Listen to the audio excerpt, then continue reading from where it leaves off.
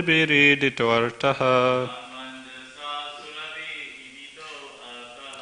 Tattad gunanu shavanam mukunda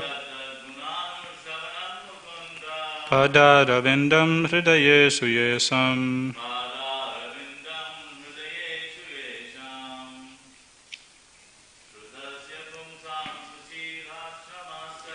Shrutasya pumsam suchira shamasya Nanun jasa surabhiridito artaha Tattad gunanu shavanam mukunda Padaravindam hridaye suyesam Shrutasya of persons who are in the process of hearing. Pumsam of such persons. Suchira for a long time. Shramasya laboring very hard. Nanu certainly. Anjasa elaborately.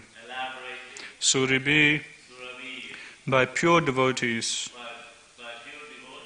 Iditaha explained by. Artaha statements. Tat that. Tat that. Guna transcendental qualities. Anushravanam thinking. Mukunda the personality of Godhead who awards liberation. Padaravindam the lotus feet. Hridayesu within the heart. Yesam of them. Translation and purport by His Divine Grace Srila A.C. Bhaktivedanta Swami Srila Prabhupada, Srila Prabhupada Ki Jai. Translation: persons who hear from a spiritual master with great labor and for a long time must hear from the mouths of pure devotees about the character and activities of pure devotees. Pure devotees always think within their hearts of the lotus feet of the Personal Godhead who awards his devotees liberation. Purport: transcendental students are those who undergo great penance in being trained by hearing the Vedas from a bona fide spiritual master. Not only must they hear about the activities of the Lord, but they must also hear about the transcendental qualities of the devotees who are constantly thinking of the lotus feet of the Lord within their hearts. A pure devotee of the Lord cannot be separated from the lotus feet of the Lord for even a moment. Undoubtedly, the Lord is always within the hearts of all living creatures, but they hardly know about it because they are deluded by the illusory material energy. The devotees, however, realize the presence of the Lord, and therefore they can always see the lotus feet of the Lord within their hearts. Such pure devotees of the Lord are as glorious as the Lord. They are in fact recommended by the Lord as more worshipable than He Himself. Worship of the devotee is more potent than worship of the Lord. It is therefore the duty of the transcendental students to hear of pure devotees as explained by similar devotees of the Lord, because one cannot explain about the Lord or His devotee unless one happens to be a pure devotee himself. Om Jnanatimrandasya Jnananjana Salakaya Chakshulmitam Yena Tasmai Shri Gurave Namaha. Jai Shri Krishna Chaitanya Prabhu Nityananda Shri Advaita Gadadhara Shivasadi Gaura Bhaktavrinda. Hare Krishna Krishna Krishna Hare Hare Hare Rama Rama Rama Hare Hare.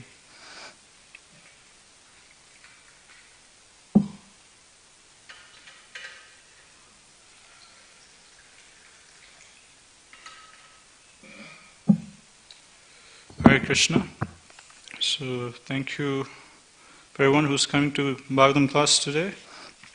So we just started a new chapter a few days ago, chapter 13 of third canto, the Appearance of Lord Varadev. And I'll just read the translation again for today's verse. This is Vidura speaking to Maitreya Rishi. persons who hear from a spiritual master with great labor and for a long time must hear from the mouths of pure devotees about the character and activities of pure devotees. Pure devotees always think within the hearts of the lotus feet of the personal Godhead who awards his devotees liberation. So, in a nutshell, this verse is explaining of the importance of, in general, we'll hear in the Bhagavatam many verses which talks about the importance of hearing Krishna Katha, or hearing about the pastimes and the glories of the Supreme Lord. But this verse is saying that not only should we hear about the pastimes of the Lord, but we should also hear about the activities, the glories, and the pastimes of Krishna's devotees, or Krishna's pure devotees. And that's what this verse is talking about. And that's what Prabhupada is elaborating on in the purport. That equally as important as hearing Krishna's pastimes, it is just as equally important to hear about the pastimes of Krishna's pure devotees. In fact, in the purport, Prabhupada mentions that the pastimes of Krishna's devotees are even more potent than Krishna's pastimes. And Prabhupada in the purport, he is paraphrasing one verse which Krishna, he speaks in one of the Puranas to Arjuna, where Krishna says that one who is my devotee is not my devotee, but one who is the devotee of my devotee, he is my devotee. And there's other verses where Krishna explains that greater than worshipping me is worship of my devotees. One who worships my devotees, I become sold out to them. So that's what this verse and purport is talking about, the importance of hearing about the pastimes of Krishna's devotees and the importance of serving Krishna's devotees. So I thought we'll just go through the purport line by line. So I'll read the purport again. Prabhupada says at the start, transcendental students are those who undergo great penance in being trained by hearing the Vedas from a bona fide spiritual master. In regard to this word penance, I was hearing recently one class by Radhashyam Prabhu, and he was giving a nice definition of austerity or penance. What exactly is penance? What exactly is austerity? Radhashyam Prabhu was explaining penance or austerity means that we like to do something, but because it's not recommended by the Shastras, we don't do it. And penance or austerity can also mean that we don't like to do something, but because the Shastras say we must do it, we still do it. For example, we don't like getting up in the morning. The natural conditioned state for all of us is we just like to sleep in till 6 o'clock, 7 o'clock, so on and so forth. But even though we don't like to wake up early in the morning, because the Shastras say, the spiritual master says we should wake up early in the morning, during the Brahma Muhurta, we should fully utilize these early hours of the morning, chant Hare Krishna, worship the Lord, attend Bhagavatam. So we force ourselves to wake up early in the morning. So that's austerity. And the same way, Radhashyam Prabhu explains that austerity also means that we like to do something, but because the Shastra says, don't do it, we stop ourselves or we cut ourselves from doing that activity. For example, the conditioned nature is maybe to watch TV, but we understand, okay, if I watch TV, I'll get into Maya, so many other things will come, and it's not good for my spiritual life. So although it's something, our mind, our senses are telling us to do it, still we refrain from it, because it's something the Shastras or the spiritual master says it's not good for us. So that's the definition of austerity or penance I was hearing recently, that we like to do something, but because the Shastra says don't do it, we refrain from it. Or we don't like to do something, but the Shastra says it's good for devotional service, we force ourselves to do it. And what is the purpose of all this? Purpose of all of this is simply for the pleasure of Shri Radha Gopinath. The Shastras are meant for training the students, the disciples, in how to be a source of pleasure for the Lordship Shri Radha Gopinath.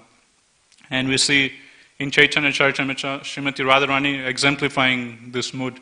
In Chaitanya Charitamrita, when Mahaprabhu is revealing the consciousness or the mood of Srimati Radharani, Mahaprabhu is saying that Radharani's mood is such that she says that if my happiness is bringing Krishna distress, then I consider my happiness as unfavorable. I consider my happiness as distress.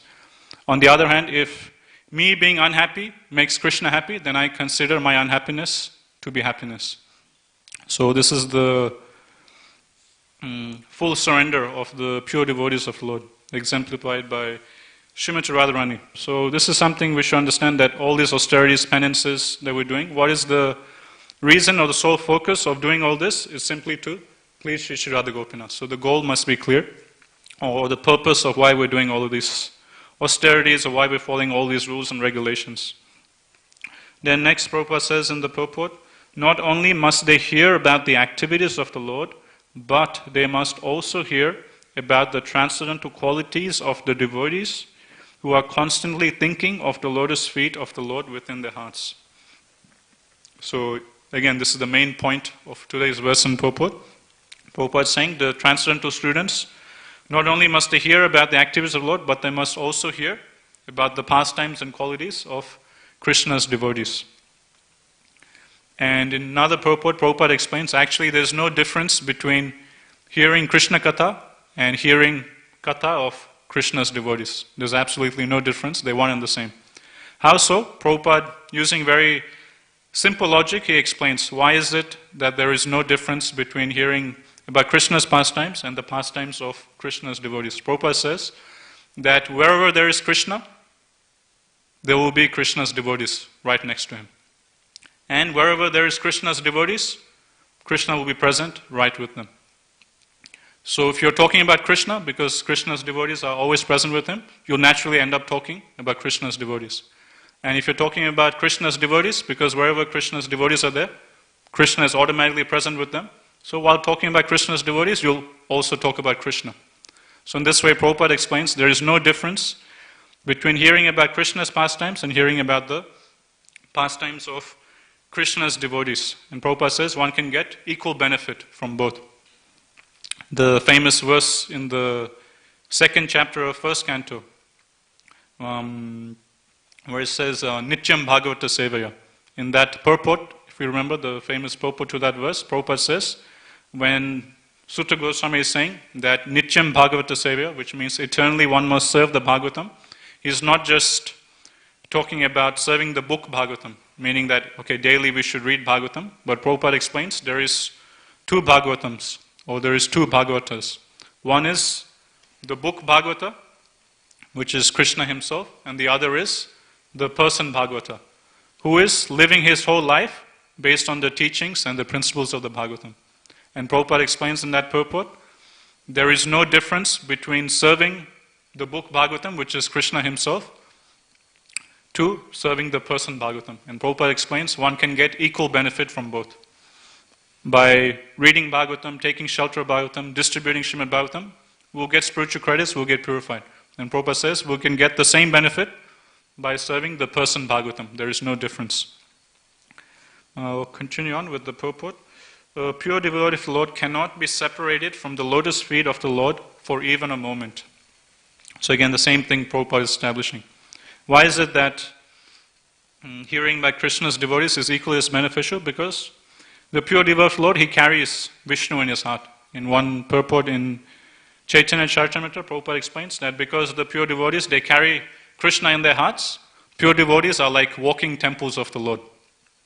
So generally a temple, they'll be established in one particular location, like 180 Falcon Street, North Sydney. And devotees, they have to travel from all parts of Sydney and come and take shelter of the Lord in the temple. But Prabhupada writes in Chaitanya Charitamrita that devotees of the Lord, they carry Krishna within their hearts. So because Krishna is residing in their hearts, their body becomes the temple. And because pure devotees are always moving from one place to another to preach the glories of the Lord, they become like walking temples. So in this way, they become even more merciful. They give access to the Lord by traveling and preaching to those persons who would ordinarily not come to the temple. So in this way, Prabhupada in CC, he explains this. Now, devotees of the Lord, they're like walking temples of Vishnu. And Prabhupada writes here that the devotees of the Lord, they're not separated from the lotus feet of the Lord for even a moment. Undoubtedly, the Lord is always within the hearts of all living creatures, but they hardly know about it because they are deluded by the illusory material energy. The devotees, however, realize the presence of the Lord and therefore they can always see the lotus feet of the Lord within their hearts. So we're saying how, pure devotees of the Lord, they carry Krishna within their hearts. But according to Shastras, we understand that Krishna is present as the super soul, not only in the hearts of the devotees, but he's also present as the super soul in the hearts of all living creatures, all human beings, all the 8.4 million species of life. So why is it that we're saying that pure devotees, they carry Krishna in their hearts? It should be all living creatures, they carry Krishna within their hearts. So Prabhupada, he clarifies this point by saying that yes, Krishna is present within the hearts of all living entities, but in general, most conditioned living entities, they can't realize Krishna's presence within the hearts. Krishna is there as the super soul present, but they can't realize his presence. They're completely in Maya, they're completely in ignorance, and they can't perceive the presence of Krishna. On the other hand, pure devotees of the Lord, they have Krishna within hearts, but they can fully realize Krishna's presence, and they can directly get guidance from the super soul within the heart. So that's the difference Prabhupada explains here. That yes, all living creatures, they have Krishna as a super soul within the hearts, but they're unable to realize his presence. But when one takes up to bhakti, then slowly one can realize Krishna's presence within their hearts. And what can we do to get Krishna to manifest himself within our hearts? In another verse in 2nd canto, Parikshit Maharaj, he gives the qualification which for Krishna to come and manifest himself within our hearts. In 2nd canto, Parikshit Maharaj, he says, Shinvata Shradaya Nityam Grinatascha Sachesitam Kalena Nati Dirgena Bhagavan Visate Hridi. So in this verse, Parikshit Maharaj, he says that 3 things we need to do for Krishna to come and reside within hearts. Number 1, Shinvata Shradaya Nityam. Shinvata, we must hear Srimad Bhagavatam with Shraddha, with great faith, without any doubts, understanding that this Srimad Bhagavatam is no ordinary literature, it's Apurusha, it's not written by any ordinary man, it's fully transcendental. So with great faith, we need to hear Srimad Bhagavatam. Then Shinvata Shradaya Nityam. Nityam means daily we must hear Srimad Bhagavatam. Not once a week or not how they have in India, Bhagavad Sapta. In 1 year, they will just hear Bhagavatam for 1 Sapta, 1 week, and that's it. For the rest of the year, they won't hear Srimad Bhagavatam. So Prabhupada, in many of his lectures, like 1st canto lectures, he would very heavily criticize this. That Bhagavatam says, Nityam Bhagavatasayo, that daily we must hear Srimad Bhagavatam. There's nowhere mentioned in Srimad Bhagavatam that we should have only hear Bhagavatam for 1 week in a year and that's it. So we must hear with faith. And number 2, we must hear Srimad Bhagavatam daily. So this is something we've all heard many times before. It's very common. And there's many verses which talks about this, about hearing Krishna Katha with faith, about hearing Krishna Katha daily, day in and day out. But the 3rd thing Maharaj Parikshit says in this verse is very interesting, which doesn't come in other verses. In the 2nd line, Parikshit Maharaj says, Shinvata Shradaya Nityam Grinatascha Swachestitam. So Grinatascha Swachestitam means by one's own endeavor. So Grinata Swachestitam means, Maharaj Parikshit explains that he should hear Bhagavatam with faith daily, and from his own side, he should make some personal endeavor to study, analyze and relish Srimad Bhagavatam. So it's one thing to hear Bhagavatam, daily coming to Bhagavatam class hearing or daily reading Bhagavatam, but Maharaj Parikshit says we should go 1 step more. We should take 1 more step forward and put a little extra endeavor to study Srimad Bhagavatam. Which means, when Bhagavatam class comes, we try and, after the Bhagavatam class is over, we try and recollect, what were the points discussed in today's purport and today's class. We try and remember what can I apply in my life from today's Bhagavatam class. Or when we read Bhagavatam, we can underline key points in Prabhupada's purports, or we can take notes in a separate notebook. So these are different ways by which a devotee can take that extra step to study Srimad Bhagavatam. That's what Maharaj Parikshit is saying. Grinatascha Swachesitam. Swachesitam means by one's own endeavor, one should put that extra endeavor to study Srimad Bhagavatam, to analyze, what are the topics or principles being discussed in this purport or this section of Srimad Bhagavatam. So in this way, one should put that extra endeavor to study Srimad Bhagavatam, analyze Bhagavatam from different points of view. And that's what Srila Prabhupada wanted us to do. Prabhupada said that during Bhagavatam class, he wants his devotees or disciples to analyze these verses or purports from different angles. And he wants his devotees to share their realizations from different points of view. Then if we do these three things, Maharaj Parikshit explains, Kalena Nati Dirgena. Kala means time. Kalena Nati Dirgena means very quickly. In just a moment, Bhagavan Visate Hridi. Bhagavan, the Supreme Lord, Visate, will come reside in Hridi, in the hearts of that particular listener of Srimad Bhagavatam. So if one hears Srimad Bhagavatam daily with great faith and one puts that extra endeavor to study, analyze and relish Srimad Bhagavatam, Maharaj Parikshit guarantees that very quickly, within a moment, Krishna, Shri Shri Radha Gopinath will personally come and reside within that particular devotee's heart, will manifest their presence within their heart. And in the next verse, Maharaj Parikshit says, Pravishta Karna Randrena Swanam Chesa Sororuham Dhunoti Kamalam Krishnas Salilasya Yatasharat. Then once Krishna manifests himself within the heart of the devotee, who is hearing with great faith, who is studying Bhagavatam nicely, then once Krishna starts manifesting, what will happen? Dhunoti Kamalam Krishnas. Dhunoti means completely destroyed or burnt away. What gets burnt away? All the anarthas and mature desires within the hearts gets completely wiped out. Just like this, that verse, Krishna Suya Sama, Maya Hoy Andakar, Yahan Krishna, Tahar Nai, Maya Radhikar. That Krishna is like the sun, Maya is like darkness. Where there is Krishna, there is no question of darkness. So once the Krishna sun manifests himself within our hearts, then immediately all the darkness within our hearts gets dissipated.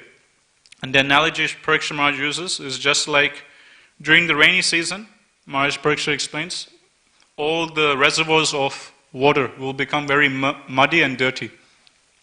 Because of so much rainfall, all the mud from the banks, they will go mixing with the waters, and all the ponds, rivers, they will become very muddy and dirty. And description of this is given in the autumn season also, in Krishna book. Then after the rainy season, what comes next? Next comes the autumn season.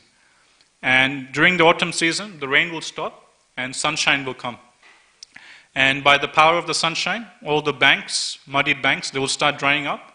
And then soon, by the influence of the autumn season, all the reservoirs of water, which had become very dirty and muddy, they will start clearing up and they will become crystal clear again.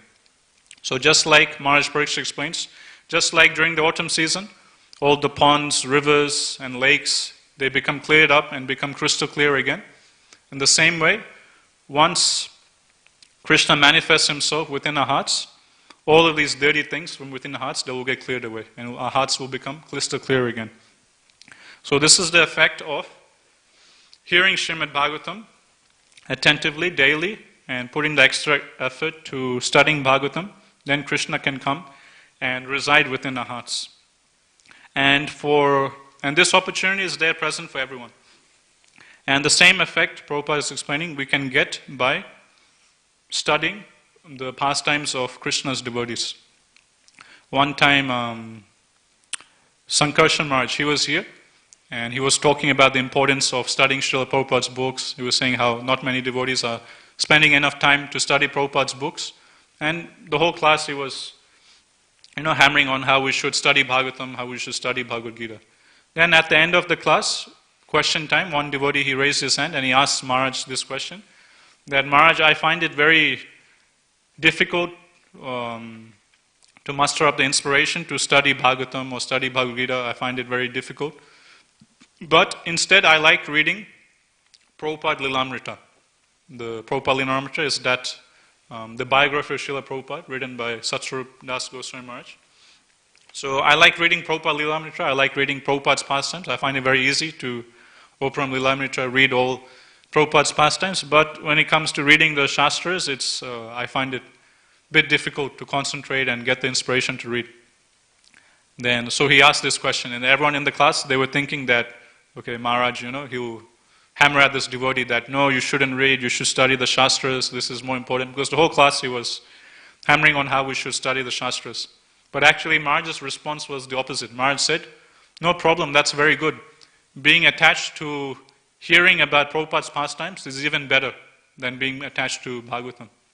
So that was Maharaj's response. And that's what Prabhupada is explaining in today's purport, and that's actually what the Bhagavatam also explains. That equally as important as hearing Krishna's pastimes is hearing the pastimes of Krishna's devotees, and one can get equal benefit from both. In fact, there is even verses in the Shastras which explain that more powerful than worshipping the Supreme Lord is worshipping Krishna's devotees. So this was Maharaj's response, that no problem, if you're attached to reading Prabhupada's pastimes, that's completely fine. Continue reading Lilamrita. There's no problem with that. So in this way, reading some nice pastimes about Krishna's pure devotees like Srila Prabhupada, we can also derive the same benefit. Because as Prabhupada was explaining before, wherever there is Krishna's devotees, Krishna is automatically present there. So while talking about the pastimes of Krishna's devotees, you'll naturally also talk about Krishna also. Because Krishna's devotees and Krishna, they're inseparable. So in Prabhupada Lilamrita, you'll hear about Prabhupada's pastimes. But in the course of hearing about Prabhupada's pastimes, you'll also hear about how Krishna was helping Prabhupada in every step of Prabhupada's life. So in this way, you'll be reading about Prabhupada's pastimes, but while reading about Prabhupada's pastimes, you'll also hear about Krishna's pastimes. And while simultaneously hearing Prabhupada's pastimes and Krishna's pastimes, our faith in Krishna will also increase. How Prabhupada was fully surrendered unto Krishna, and how Krishna, Shri Radha Gopinath, every step of Prabhupada's life was continuously helping and empowering Srila Prabhupada. So then not only does our attachment to Srila Prabhupada increase, but also our attachment to Krishna also simultaneously increase also. So in this way, Prabhupada explains, there's no difference between hearing about the pastimes of Krishna's devotees and the pastimes of Krishna. Because wherever there is Krishna's devotee, Krishna is automatically present there. Just like one book I was reading last night before going to sleep, there's one nice book about Lord Jagannath's pastimes written by Bhakti Purushottam Maharaj. And that there's lots of countless sweet stories and pastimes of Lord Jagannath in Puri. And this book is so nicely written that anyone can read this. Like a devotee practicing for many years, he can read it, and even little children. The English is written in such nice, simple language, and each story just goes for 2-3 pages max, that even little kids in the congregation, they can read it, and even devotees who've been practicing for many years, they can also read it and relish it. So it's been written very nicely by Bhakti Purushottam Maharaj, and the title of the book is Jagannath, or the pastimes of Lord Jagannath. But if you open the front of the book and you go through the contents, although the title of the book is Pastimes of Lord Jagannath, the contents page will just be full of just names of different devotees of Lord Jagannath. One title would be Ramanujacharya, another title will be Gita Pandit, another title will be Purushottama Deva, another title will be Hanuman. Like this, the whole contents page of the pastimes of Lord Jagannath will just be names of different devotees of Lord Jagannath.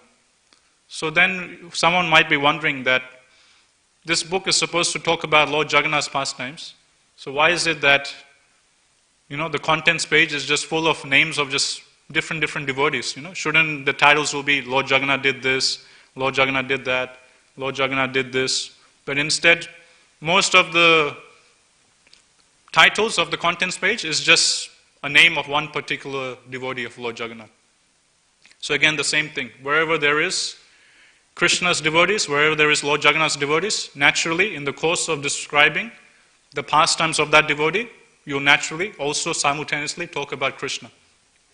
So in the story of the Gita Pandit, we hear, there is one person called Arjuna Mishra or Arjuna Acharya. Prabhupada, he also narrates the story. He used to daily read the whole Bhagavad Gita every day. And the way he would subsist was just going out and begging. And that's how he would maintain himself and his family. But one day what happened? For a whole week it was raining. So because it was raining, he couldn't go out to beg alms. So because he couldn't go out to beg alms, soon, in few days, all the stock of grains in the house got completely wiped out, and his family had nothing to eat. Then his wife came to this Gita Pandit, or came to Arjuna Acharya, and told him that, you need to go out and get some food for us. There's no food, we're all starving. And what was this Arjunacharya's reply? He said, don't worry, Krishna will take care.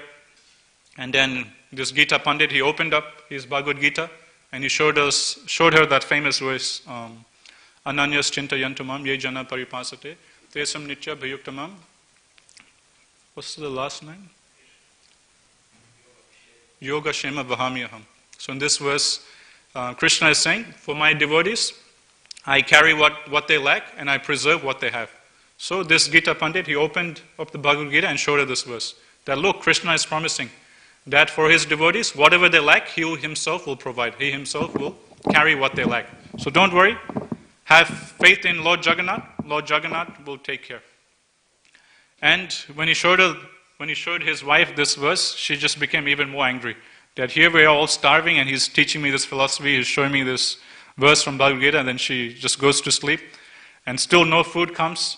Then in the morning she gets so angry, she opens up the Bhagavad Gita, that verse that her husband had showed her. She angrily gets a pen and draws 3 lines through that verse in great anger. That, my husband, he's just a sentimentalist, saying Lord Jagannath will take care, saying don't worry, have faith in Jagannath, Jagannath will provide for us. And then just in anger, she just draws 3 lines through that particular verse of the Bhagavad Gita. Then soon after that, she hears a knock on the door. And then she goes to the door and opens the door. And outside of her house, there's 2 young boys. One boy is black and another boy is whitish in complexion, just like milk. And these 2 boys, they have 2 bags of groceries. They bought all sorts of veggies, grains, rice, dal, all sorts of bhoga for them. And these 2 boys tell this Mataji that, we're friends of your husband, and we've bought this bhoga for your husband. Now you please cook some nice prasad, and you and your husband, you eat. And this Mataji, when she sees these 2 young boys, she's completely enamored by the beauty of these 2 young kids. And her heart starts swelling with motherly affection. And she tells these 2 young boys, no, you please also stay, I'll cook. Just give me an hour, I'll cook some nice prasad, then you also stay. We'll all take prasadam together. You please stay back and wait for some time. Then the blackish boy tells her, sorry, I can't take, my tongue has been cut and I can't take any food. Then these 2 boys leave. Then she goes and cooks. Then later on, Arjunacharya, he comes and he suddenly sees like the whole house is full of food. Then he asks his wife, what happened? And then her wife narrates the whole story. How there's these 2 boys, one black, one white. And then Arjunacharya tells, why didn't you ask them to also stay? They could have also eaten prasadam. And then his wife says, no, the blackish boy, he said that his tongue has been cut, and that's why he can't. His tongue has been cut in 3 places. That's why he can't eat. And every time he eats, it hurts his tongue.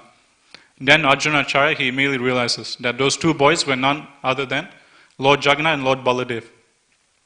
And Lord Jagannath's saying that his tongue has been cut was in reference to that Mataji taking a pen and drawing 3 lines through that verse. Because these verses spoken in Bhagavad Gita are non-different from Krishna. So therefore, when this Mataji, she was drawing those 3 lines through that particular verse spoken by Lord Jagannath, what she actually did was, it cut Lord Jagannath's tongue. Then immediately they realize their offense, they immediately go running to the temple of Lord Jagannath, and when they come to take darshan of Lord Jagannath, they see on Lord Jagannath's face, there's these 3 red dots on Lord Jagannath's lips or mouth.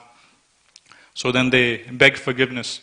So this is one particular story given in this book by Bhakti Purushottam Maharaj about the pastimes of Lord Jagannath. So although the title of the book is The Pastimes of Lord Jagannath, if you look at the contents page, all the different contents in the whole book will just be the names of different devotees.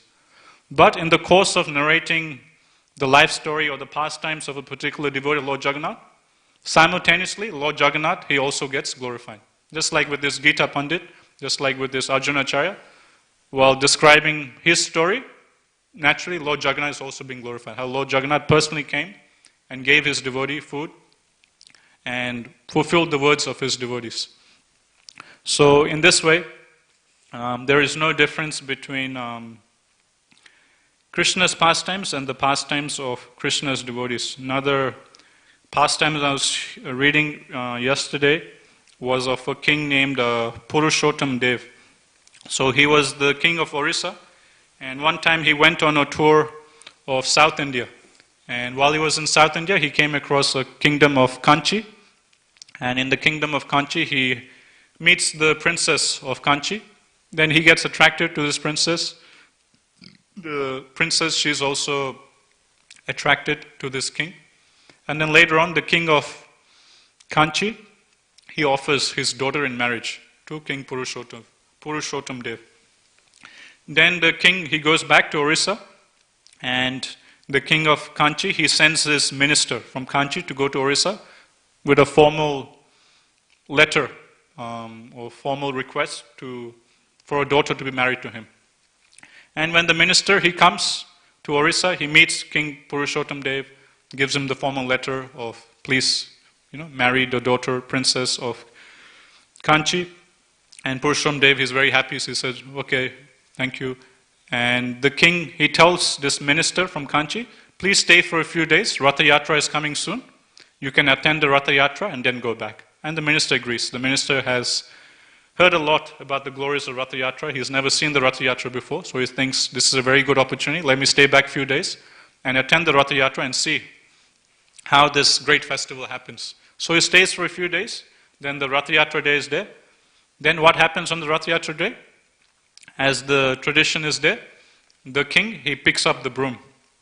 And while the chariot is being pulled, the king personally, taking the menial position of a sweeper with a broom, the king, he sweeps away the dust in front of Lord Jagannath's cart. Now when the minister of Kanchi, he sees this, that the king is taking up a broom just like ordinary sweeper and brooming in front of the cart, the minister, he's not a devotee of Lord Jagannath, so he couldn't process in his mind. His mood or his conscience was that what is this? Like, he's the king, what is he doing with a broom, sweeping the floor? This is the job of a Chandala. What kind of king is our princess going to be married to? The princess of Kanchi, we can't give our princess to this king who is doing the job of a Sudra, who's doing the job of a Chandal. Sweeping the street, that's the job of very low-class people like Sudras and Chandalas. How can our princess be married to this Purushottam Dev? So this minister, he was bewildered, seeing this action of the king. He couldn't understand that when it comes to Krishna service, even something as menial as sweeping the floor of the temple is actually a very great service. So much so, Prabhupada writes in one purport, that in Vaikuntha, there is so many goddesses of fortune, countless Lakshmi Devis. And in Vaikuntha, there's no dust. There's no such thing as dust in Vaikuntha. Everything is super clean in Vaikuntha. But although everything is super clean in Vaikuntha, although there is not a single particle of dust in Vaikuntha, Prabhupada explains, if you go to Vaikuntha, you'll see all the goddesses of fortune, they'll all be constantly cleaning all the palaces in all the different planets of Vaikuntha. Why? Because they want to attract Krishna's attention. Why? Because they feel great ecstasy in serving the Supreme Lord. So although everything is clean, although there's no dust, still the goddess of fortune in Vaikuntha, Prabhupada explains, they're always constantly cleaning all the palaces, cleaning all the Vaikuntha planets. So this is the mood of the devotees. And in Krishna book, there's that famous chapter in Kurukshetra, when the Draupadi, she meets the queens of Dwarka. Draupadi, she asks the queens of Dwarka that, how did you marry Krishna? What are your stories? How did all of you queens marry Krishna? Then each of the different queens, they share their story. Rukmini first, she shares her story that Krishna, he kidnapped me. I was supposed to be married from Shishupal, but just like a lion, snatches away its prey from a flock of dogs, something like that, she says. In the same way, Krishna comes and kidnaps me. And since then, I've been engaged in Krishna's service. And then Satyabhama, she says her story. Jambavati, she says her story. Bhadra, she says her story. Mitravinda. So in this way, all the different queens, they share their story of how Krishna married them. And if you read that chapter, at the end of the story of each queen, the way they would finish their story was, is, okay, so this is the way Krishna married me, and since then I've been engaged as Krishna's maidservant. Since then I've been engaged as a menial maidservant in Krishna's house. Since then I've been engaged as a simple sweeper in Krishna's palace. Since then I've been like that. Each of the queen, they would sign off their personal story by that line. That ever since Krishna has married me, since then I've been engaged as a menial maidservant in Krishna's house, or since then I've been engaged as a sweeper in Krishna's house. So to be a sweeper of Krishna, to be a maidservant of Krishna, to do something menial like cleaning Krishna's temple is actually a very great position. It's actually so exalted that even the goddess of fortune, they intensely desire to do this service for Krishna. In one lecture, Prabhupada, he even says, in one Bhagavatam lecture, Prabhupada says that Krishna is absolute and Krishna's temple is absolute. And Prabhupada writes, or Prabhupada says in one Bhagavatam lecture, that we shouldn't think that doing altar service, doing deity worship, that's very exalted, and cleaning the temple, that's not so important. Prabhupada says, because Krishna is absolute, there is no difference between Krishna's temple and Krishna. And Prabhupada writes, or Prabhupada says in one Bhagavatam lecture, that equally as important as worshipping the deity on the altar is cleaning the temple. And Prabhupada is explaining that both services are equally important and both devotees, they'll make equal advancement. Cleaning Krishna's temple is just as important as worshipping the deity on the altar. In one lecture, Prabhupada, he says like that. So this king, so naturally in Jagannath Puri, all the devotees, they understand this, that, in front of the Supreme Lord, we're all servants, regardless of what great post we have. I'm this king, minister, it doesn't matter. In front of the Supreme Lord, we're all his servants, and we're ready to do any service for Krishna's pleasure. We're ready to do any service for Lord Jagannath. So in that mood, the king of Orissa, he would sweep in front of Lord Jagannath's cart. But this minister, being a non-devotee, he didn't understand this. So he goes back to Kanchi, and he tells the king of Kanchi that I don't think we should give our princess to this king. This king, he is engaging in the activities of a Chandala. He's engaging in the activity of a Shudra. How can we give our princess to this person? So then the marriage gets called off, and King Purushottam, he comes to realize this, and he gets offended, and he also takes as an insult to himself and also as an insult to Lord Jagannath, that this king, they don't understand the value of service to Lord Jagannath. So then in anger, this king, he rages war on the king of Kanchi. Then initially, he starts losing the war, because the king of Kanchi is very powerful, but then later he prays to Lord Jagannath. And the deal was such that if the king of Kanchi wins, the king of Kanchi, he was a worshipper of Lord Ganesh. And the king of Kanchi said, if I win the battle, then you have to bring your deities, Lord Jagannath, Baladev, Subhadramani, and you have to install your deities behind my deity of Ganesh in Kanchi. And if you win, then you can take my Ganesh deity and you can install my Ganesh deity behind your Lord Jagannath, Baladev, Subhadramani. So that was the deal. So the king was initially losing the battle, King Purushottam Dev. So then he prays to Lord Jagannath, Lord Jagannath, if we lose this, not only is it my loss, it's also your loss. Because then, it'll be a big insult for you. You'll have to be installed behind Ganesh in Kanchi. So then Lord Jagannath comes in the dream of this great king and tells him, don't worry, tomorrow we'll come and we'll assist you in the battle. So next day, Jagannath and Baladev, they personally come as soldiers in 2 horses to fight the battle. And as they're going to Kanchi to fight the battle, along the way they become very thirsty. And there was one Mataji carrying some buttermilk on her head.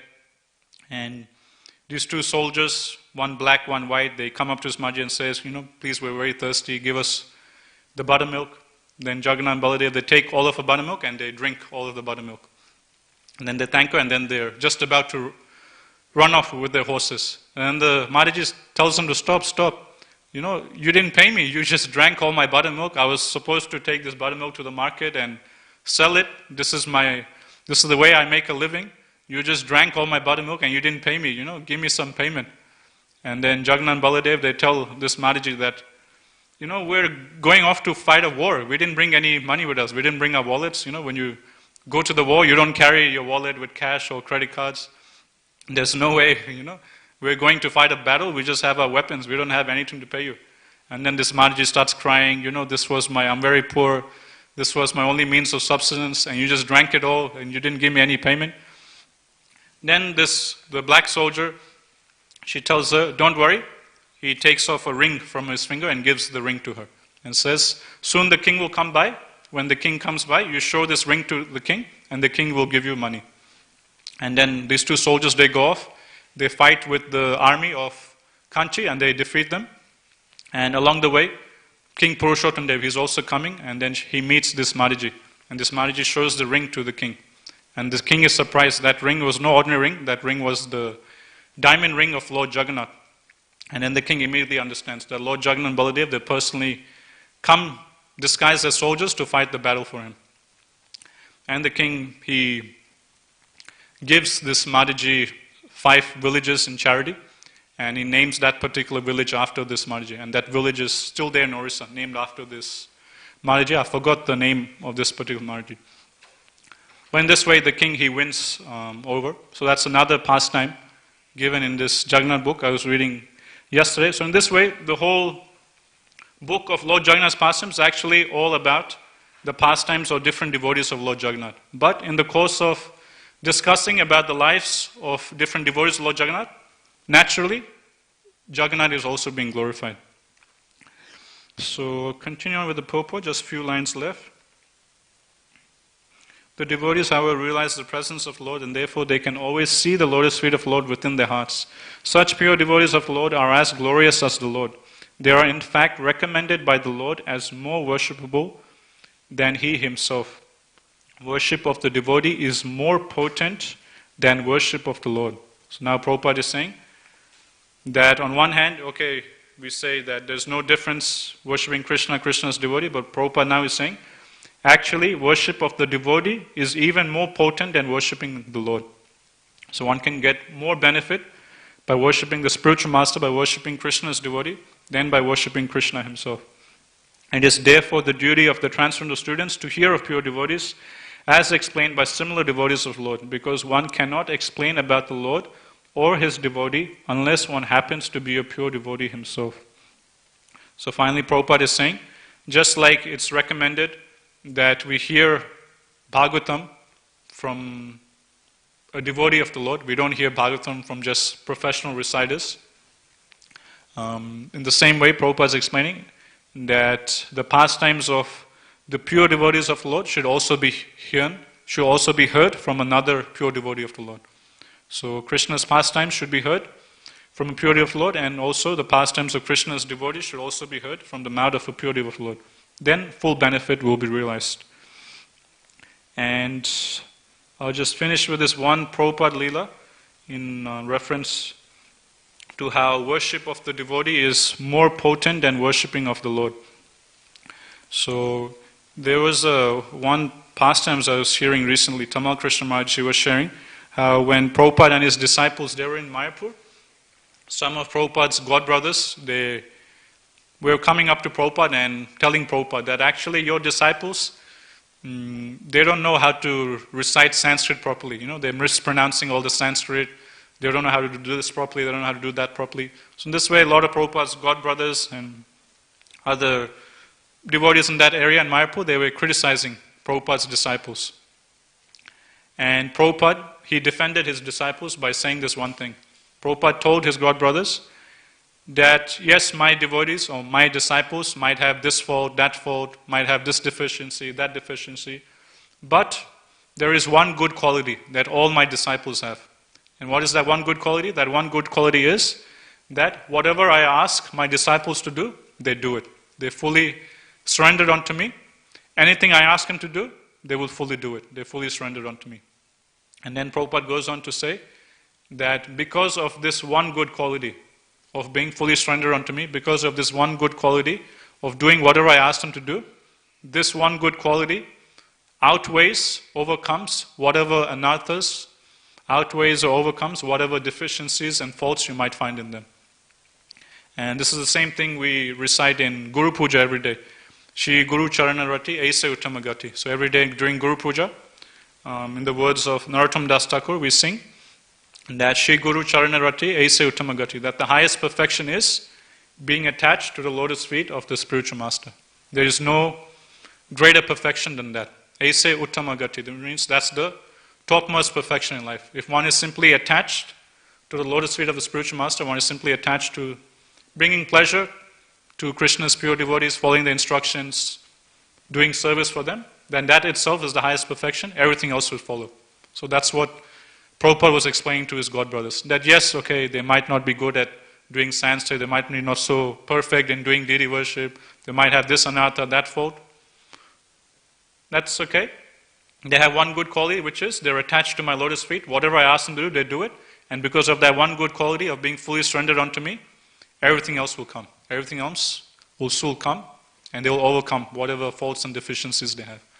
So this is something we can consciously cultivate, to follow the instructions of our spiritual master more sincerely, more with greater faith and vigor.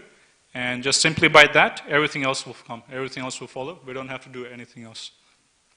Okay, we'll stop here. We're a bit over time. Gantra Srimad Bhagavatam ki jai, Jaguru Srila Prabhupada ki jai, entire Gaur Premanande Hari Hari Bol.